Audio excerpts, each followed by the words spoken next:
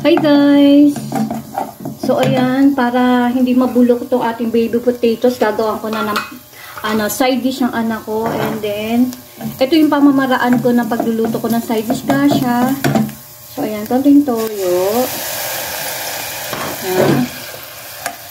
Konting toyo. Ito yung way ko guys ha, don't rush. Kanya-kanya tayo ng luto. And then, honey. Ayan. Honey. Sesame oil. Ayan. Mamaya mag-a-adjust ako ng timpla guys. Ayan. Kanina pang 4 AM. Pinakuluan ko na siya guys. Kasi nga para hindi na mabulo. Kasi may nakita na akong bulo kanina. Ayan guys. So ayan. Patitikin tayo ng isa para hindi siya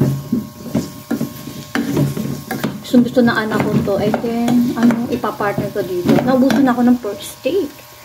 Yeah.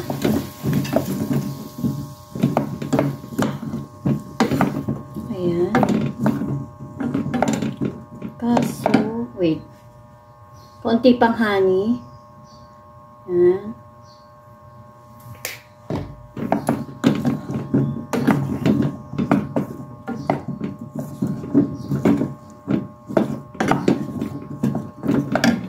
And sesame seeds.